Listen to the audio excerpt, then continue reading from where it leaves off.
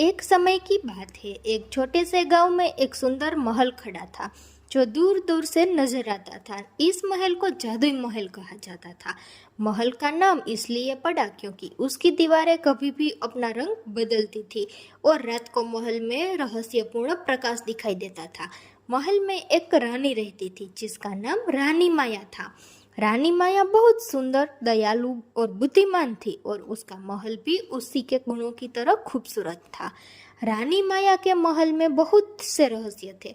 महल के बगीचे में फूलों का हमेशा नया रंग खिलता था और वहाँ के झरने में पानी कभी सूखता नहीं था। लोग कहते थे कि महल में एक जादू है जो उसे हमेशा हरा भरा और शानदार बनाए रखता है। परंतु महल के भीतर एक गहरी कहानी छिपी हुई थी। रानी माया की एक पुरानी शर्त थी जिसे उसने जीवन में कभी नहीं बताया। रानी माया का जन्म एक गरीब परिवार में हुआ था, लेकिन उसकी सुंदरता और बुद्धिमानी के कारण उसे एक जादूगर ने बचपन में वरदान दिया था। जादूगर ने रानी माया को यह वरदान दिया कि वह किसी भी संकट से बच सकती है और हर कठिनाई को अपने समझ और साहस से पार कर सकती है। लेकिन इस वरदान का एक दुष्परिणाम था। जादूगर ने रानी माया से यह वचन लिया था कि वह कभी भी अपने महल का रहस्य किसी से नहीं बताएगी, वरना महल और रानी दोनों ही नष्ट हो जाएंगे। रानी माया ने वचन लिया और उसने अपनी सारी जिंदगी इस राज को छिपाने में बिता दी। लेकिन समय के साथ महल में कुछ अजीब घटनाएं होने लगी।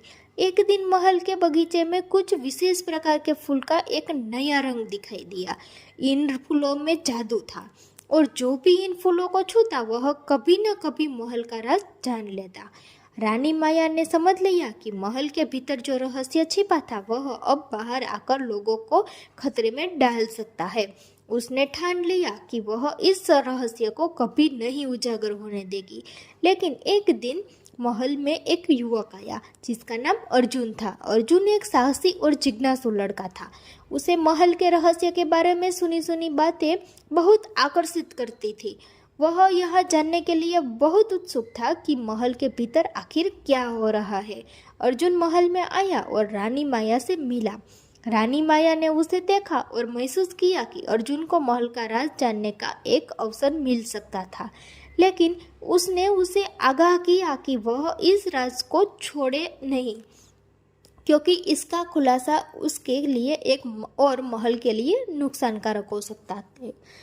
अर्जुन ने रानी की बातों को गंभीरता से लिया, लेकिन उसकी जिज्ञासा उसे परेशान करने लगी। एक दिन उसने महल के एक पुराने कक्ष में जाकर कुछ पुरानी किताबें पढ़ी जिसने महल के जादू के बारे में लिखा था।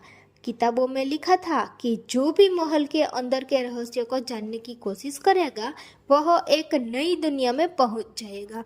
अर्जुन ने बिना सोचे समझे उस रहस्य की किताब को खोला और तभी एक अजीब सी शक्ति ने उसे अपनी गिरफ्त में ले लिया। रानी माया ने अर्जुन की स्थिति देखी और समझ लिया कि अब उसे महल का रहस्य बताना ही पड़ेगा। उसने अर्जुन से कहा, तुमने जो किया वह बहुत बड़ा कदम था। अब तुम्हें महल के रहस्य को समझना होगा। यह महल एक जादू से बना है और इसका उद्देश्य केवल उन लोगों की सेवा करना है जो इसके असली रहस्य को समझने के योग्य होते हैं।